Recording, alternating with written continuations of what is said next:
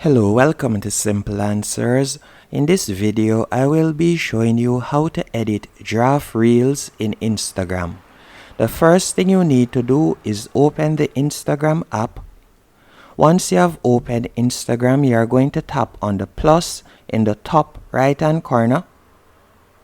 And from here, you are going to select Reel at the bottom of the page. Then you are going to tap on the image of your gallery in the bottom left hand corner, right where you see the blue plus sign.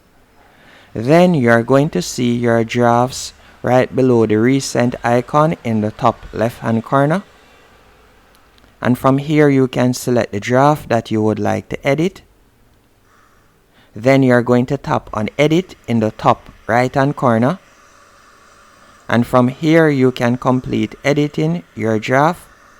So for example, you could select a song if you want. So you could add a song. You can also do voiceovers, as you can see right here. So let's say I want to add a song. I can simply tap on this song right here. Then tap on done. Then tap on next. And then you can simply tap on share to share your reel, and that's it. Hope you found this video helpful and informative. If you did, be sure to hit the like button and subscribe, and thank you for watching.